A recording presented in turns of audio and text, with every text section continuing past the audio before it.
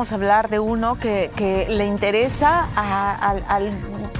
al porcentaje, creo, más importante de la pirámide productiva, económica, que son las pequeñas y medianas empresas. O sea, hay las grandes empresas, que son las locomotoras, pero están en la punta de la pirámide. En la base son los pequeños y medianos empresarios, que muchas veces tienen problemas por la envergadura de su negocio para acceder a los préstamos en el sistema financiero tradicional. Y la única manera de crecer es invirtiendo. El país, las condiciones económicas no son hoy las mejores, y el aliado de estos empresarios, de estos emprendedores, resultan siendo las cajas municipales, que llevan ya 40 años trabajando aquí en nuestro país, operando en nuestro país. Entonces, ¿qué propuestas se tienen desde las cajas? Este no es un sistema paralelo, no es un sistema paralelo, es un sistema que funciona al lado de los grandes bancos que conocemos. ¿Qué facilidades dan y qué propuestas tienen para impulsar el crecimiento de este sector económico? Nos acompaña Jorge Solís, que es presidente precisamente de la Federación de Cajas Municipales y también presidente de Caja Huancayo. Señor Solís, ¿cómo está? Buenas tardes, bienvenido. Muy buenas tardes, encantado de saludarte y estar en tu programa. ¿Cuántas pequeñas y medianas empresas estimamos están todavía vigentes en nuestro país? Porque la pandemia ha golpeado a muchas que seguramente han dejado de existir, y es una tristeza, ¿no? Y esto está haciendo crecer la informalidad, que es el otro gran problema de nuestro país. Sí. Existían en el país, antes de la pandemia, más de 11 millones de micro y pequeñas empresas. Ya. Y como sabemos, de este universo de empresas, el 85% son empresas informales. Es una característica de la economía en el país. Con la pandemia y los hechos posteriores, los choques posteriores, climáticos, claro, la complejidad política, la recesión económica que vive el país, han salido más o menos 3 millones de micro y pequeñas empresas. Y esas 3 millones de micro y pequeñas empresas que generan en promedio, cada una de ellas, 3 empleos, ¿no? Significa claro, que 9 millones de personas claro, han quedado fuera del mercado claro, económico, y que estas personas han pasado hoy día a engrosar las filas de la situación de pobreza y extrema pobreza. Ahí están claro, los nuevos pobres y extremadamente pobres claro, que se registran en el país, y que es lamentable la situación a la que hemos llegado, que hemos retrocedido como 15 años claro, respecto a bienestar, a lucha contra la pobreza. Ok, y esto va a seguir ocurriendo si es que no encuentran la forma de acceder a créditos que les permitan no solamente sobrevivir, sino la orientación para pasar de la informalidad a la formalidad, que es lo que requiere el gobierno. De acuerdo. Y el tema de la formalización sí, no pasa por medidas, por leyes, sino por incentivos a la economía. Y un incentivo y habilitador para la formalización es precisamente el crédito. Claro. El crédito, que es capital de trabajo, permite que estos emprendedores, porque este es un país de emprendedores, que empiezan con un pequeño negocio, una pequeña actividad económica, en el tiempo van creciendo, y este crecimiento los lleva a tener que formalizar. Si nosotros conocemos en el país a lo largo de estos 42 años que atendemos al sector, miles y quizás millones de historias de peruanos que empezaron desde abajo con un pequeño capital semilla y hoy día son medianos y grandes empresarios. Y entonces, ¿qué se les necesita? Se necesita que el Estado visibilice este sector. Y sobre todo ahora que la situación económica ha golpeado, y cuando golpea la situación económica, golpea a los más débiles, a los más vulnerables, a los más pobres.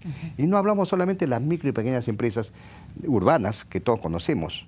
Hay un gran sector de micro, pequeños empresarios, emprendedores de la economía rural, lo que se llama la economía agraria familiar, que son claro, personas que tienen hasta 5 hectáreas de terrenos y que producen casi para el autoconsumo. Y hay casi 2 millones de personas que además son responsables de la seguridad alimentaria del país, porque de todo lo que consumimos los peruanos y tenemos en nuestras mesas, el 70% viene de este sector y que es un sector que también ha languidecido, que ha sido extremadamente golpeado y que además el campo, la población rural, como sabemos, registran los mayores indicadores de pobreza. Entonces, lo que se tiene que hacer es, debe haber un programa, un shock, que impulse, que impacte en estas micro y pequeñas empresas para que no sigan quebrando, para preservar por lo menos ese empleo precario que le permite a estas personas o ese empleo informal sobrevivir. De acuerdo. Si no tienen actividad, no tienen medios de subsistencia, pues van a pasar a las filas de la pobreza, el tema de pobreza. Y seguramente, si no hay este shock, estas medidas urgentes, la pobreza crecerá para el siguiente año y ojalá que no se hacía, porque esto sería un registro muy triste, muy lamentable para el país, a niveles de 32, 33%. Y eso no debe pasar. Y entonces, este shock, ¿qué medidas debiera, cuáles son las 5 primeras medidas que se deben implementar? Porque del otro lado está, porque necesitan acceso a crédito y ahí están las cajas para ello, pero hay unas condiciones previas que deben de tener estas pequeños, medianos emprendimientos, microemprendimientos y que son responsabilidad del Estado. Entonces, ¿qué 5 medidas puntuales se debieran tomar? Primero, un programa de fortalecimiento de las cajas municipales, es un apalancamiento para profundizar el crédito. Porque estas empresas que están languideciendo por los impactos de la crisis, ¿no?, han dejado de vender. No han recuperado sus economías porque han fracasado las últimas campañas desde el 2000, desde la época de la pandemia, ¿no? Han perdido en las campañas estacionales porque el movimiento de estas empresas son estacionales, es decir, se mueven en función a las fechas festivas como Navidad, Fiesta Patrias, el Día de la Madre. ¿Y su tasa de morosidad cómo va? O sea, porque, claro, las cajas municipales necesitamos un apalancamiento para poder seguir prestándole, o sea, dándole créditos a este sector. ¿Su tasa de morosidad cómo va? La tasa de morosidad se ha incrementado, lógicamente, está ahora en 6%, pero es bastante agotado. El tema es que si queremos controlar la morosidad y no hay este apalancamiento del Estado, lo que tenemos que hacer es restringir los créditos. Y restringir los créditos significa condenar a estas empresas a que sigan quebrando, sigan saliendo del mercado, y es lo que no queremos. Cuando habla de apalancamiento, ¿es una asistencia financiera del Estado? De acuerdo. Nosotros estamos para ponerlo en términos sencillos y nos entiendan. Sí, en que debe haber una asistencia financiera de 1.000 millones de soles para las cajas municipales, que además somos el brazo financiero de las MIPES. Yo quiero señalar lo siguiente, tú lo has dicho con mucha claridad, que somos el sector o las entidades que asisten a este sector, que no lo asiste a la banca tradicional. El 42.6% de las colocaciones, o sea, de crédito total a las MIPES, lo dan las cajas municipales. Y si nos comparamos con los 4 grandes bancos, que es importante para que se tenga como referencia, ¿no?, que son el Banco de Crédito BBVA, el Banco de Scotiabank y el Interbank, los 4 bancos otorgan menos del 30% de crédito. Las cajas otorgan 69.5% de crédito si nos ponemos en este grupo con los bancos. Para que veas y vea la población el impacto que tienen las cajas municipales y que son el verdadero brazo financiero de las MIPES. Entonces, la actividad de las MIPES significa este fortalecimiento, este apalancamiento a las cajas municipales para seguir dando créditos a fin de que estas pequeñas actividades económicas, y no me refiero solamente a las formales, me refiero a las informales, que generan empleo, ¿no?, puedan reactivar sus economías, puedan tener capital de trabajo, puedan comprar activos, porque la economía también hay que reactivarla desde una visión no solamente de la macroeconomía, sino de la microeconomía, de la economía real, de la gente de a pie, ¿no? Y entonces este impacto va a permitir que estos pequeños emprendimientos, estas pequeñas empresas, que son 9.000 micro y pequeñas empresas las que están en el mercado. 1.000 millones de soles de apalancamiento. ¿Para cuántas cajas municipales? Bueno, estamos hablando de las 11 cajas municipales. De las 11 que son. 11 cajas municipales, ¿no? Y esto permitiría, a ver, ¿en qué se traduce estos 1.000 millones de soles? Se traduce en un apalancamiento, en créditos por el orden de 10.000 millones de soles. Por cada sol de apalancamiento, ¿no?, se otorga 10 soles, o sea, 10.000 millones de soles con un crédito promedio de 2.500 soles, que podría generar un gran impacto y podría, digamos, reactivar la economía desde la base de la pirámide y desde el lado también de la oferta. O sea, si bien es cierto, tenemos un problema de inflación, inflacionario y no las políticas del Banco Central de Reserva y también del gobierno, es que no haya más masa monetaria para que no impacte esto en la inflación. Correcto. Pero no estamos hablando desde el punto de vista de consumo, estamos hablando nosotros desde el punto de vista de activar las empresas que van a dar oferta.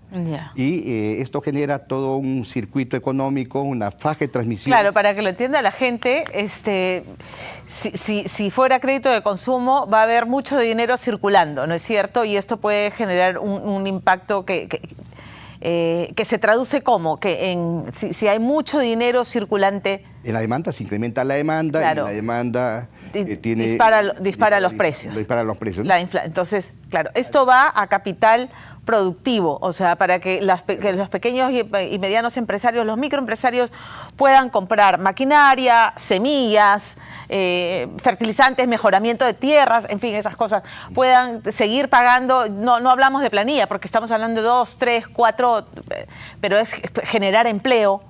¿Correcto? Sí, correcto. Es eso. Ahora, esta propuesta... Medida, perdón, permíteme, sí, me dijiste 2 o 3 medidas, nos hemos quedado que en este punto que creo que es central, ¿no? Y que Impulsa Perú no ha cumplido esa función, por si acaso no ha cumplido, no ha tenido impacto. Impulsa Perú, de 15.000 millones se han colocado solamente 2.600 millones. Esto ha llegado muy parcamente, solamente impactado en 105.000 empresas en cifras oficiales, de manera que no es una política suficiente. Tiene que haber otra mirada, un shock más efectivo con este apalancamiento. Tiene que haber un programa también de report de cartera, de compra de carteras de este sector que ha sido más golpeado y que no ha podido honrar sus créditos, sus deudas, no porque sean malos clientes, son malos pagadores, sino que han sido golpeados por la crisis.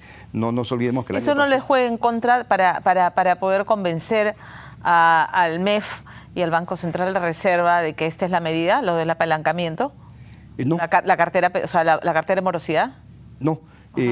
Hablamos cuando para contener la morosidad, ¿no? Y darle la posibilidad, ¿no?, de un rescate financiero a las MIPES, que han sido buenos clientes, que han salido del mercado financiero o no han podido reactivar sus economías por efectos de la paralización, por ejemplo, de la economía. El año pasado, después del pretendido autogolpe de este señor Castillo, la economía se paralizó 3 meses y muchos negocios quebraron. Y los prestatarios que tenían créditos, obligaciones con el sistema financiero, no pudieron honrar sus deudas, ¿no? Y lo que necesitan ahora es que el Estado les dé un auxilio. Y esto se llama un programa de REPOR, de compra transitoria de las carteras. Esta compra transitoria significa que es con un pacto de recompra, que después las entidades financieras recompran la cartera, ¿no? Y pueden seguir cobrando estos créditos, ¿no? Esto creo que tiene que estar aparejado a esta medida de apalancamiento, de fortalecimiento patrimonial, y de hecho que tiene que haber un impulso a este sector. El gobierno lo reconoce, por eso es que han hablado de Impulsa Perú, pero tal como se ha diseñado el programa de Impulsa Perú no está surtiendo el impacto y el efecto que buscamos. Y además los intereses, ¿no?, que se cobran por Impulsa Perú no son accesibles, no son intereses que puedan... promover a que estas entidades o estos microempresarios empresarios... Ahí las cajas municipales, entiendo, tienen... Claro, las cajas municipales tienen una tasa más competitiva, más conveniente. Sí, yo quisiera brevemente, ¿no?, equiparar lo que fue Reactiva. Por ejemplo, Reactiva salió con créditos, lógicamente fue un programa de garantía del Estado, con intereses de 1.5% y periodo de gracia de 1 año para las grandes empresas y demás empresas, pero que no llegó a la base de la pirámide. Ahora, la base de la pirámide, las micro y pequeñas empresas necesitan este auxilio financiero, este impacto reactivador, con intereses que sean, puedan honrarse, que no tengan mucho impacto. Por ejemplo... estamos hablando de intereses que podrían llegar entre 3 y 6%. Reactiva 1 y 2 tuvo intereses de 1.5%. Entonces creo que debe en este shock reactivador darse esas medidas y por supuesto con programas del Estado que acompañen y puedan facilitar o apalancar también esos intereses bajos que sean accesibles y puedan ahorrar deudas. Porque si los créditos no tienen que se van a dar en este nuevo programa, no prevén intereses que sean accesibles y que garanticen que los créditos se devuelvan y las personas puedan ahorrar sus créditos, pues eso no va a funcionar, ¿no? Correcto.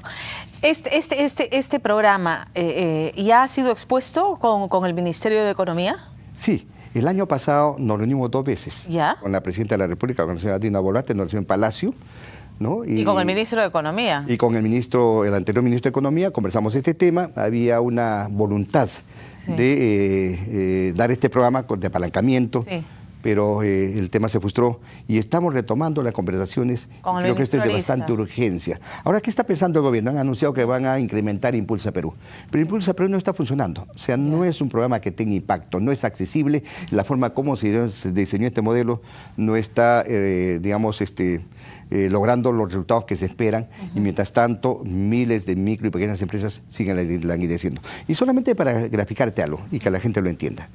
Es de un tema, un emporio que todos conocemos, que es el emporio comercial de Gamarra. En eso pensaba cuando hablaba de cómo empiezan estas personas y pensaba en Gamarra, ¿no? O sea, no empezaron con estas grandes galerías, empezaron seguramente como informales confeccionando pequeños lotes de prendas y van creciendo, ¿no? O sea... Exacto. Y el 80% de los, los comerciantes de Gamarra son micro y pequeños empresarios y por supuesto hay grandes empresarios que han empezado de abajo con capital semilla y hoy ya son excelentes y prósperos comerciantes y empresarios. Dueños de galerías, exportan, claro. Así es. Y entonces en Gamarra, por ejemplo, existen 40.000 actividades económicas, negocios. De estos 40.000 negocios solamente se han reactivado 20.000. 20.000, son 80.000 negocios y de los 80.000 negocios, 40.000 se han reactivado y 40.000 todavía están cerrados, no han logrado reanudar sus actividades. Y fundamentalmente por las razones que nos ha dicho. No acceden a capital y no han podido pagar el capital que obtuvieron y que con toda esta crisis política, pandemia, o sea, no han podido levantarse. Eso es. Eso es. Entonces, se requiere esa mirada nuevamente que visualice, se haga visible este sector y se den medidas que realmente impacten para evitar el tema de la pobreza. Yo creo que una grande tarea que tiene que tener este gobierno, permíteme, ¿no? En lo que queda hasta el 2026, son 3 frentes importantes. Y ojalá que en esto se logre algún consenso y lo proponemos nosotros. Primera tarea fundamental es cómo contener la pobreza. Y contener la pobreza significa, ¿no?, evitar que este sector siga quebrando y salga la economía, porque esos son los que serán los futuros nuevos pobres. Entonces creo que eso tiene que ser el enfoque. Segundo, educación, salud, creo que son tareas grandes y sobre eso se puede lograr grandes consensos en el país hasta 2026, pero el peor mal que le puede quedar como secuela a un país después de una crisis como la que estamos viviendo es que se deteriore los términos de pobreza, porque esto trae consigo el incremento de la anemia, la desnutrición, ¿no? y problemas que pueden dejarnos secuelas muy graves para el futuro. Ha sido muy ilustrativo conversar con usted, señor Solís, esta tarde. Muchísimas gracias. Gracias, Pamela. Gracias.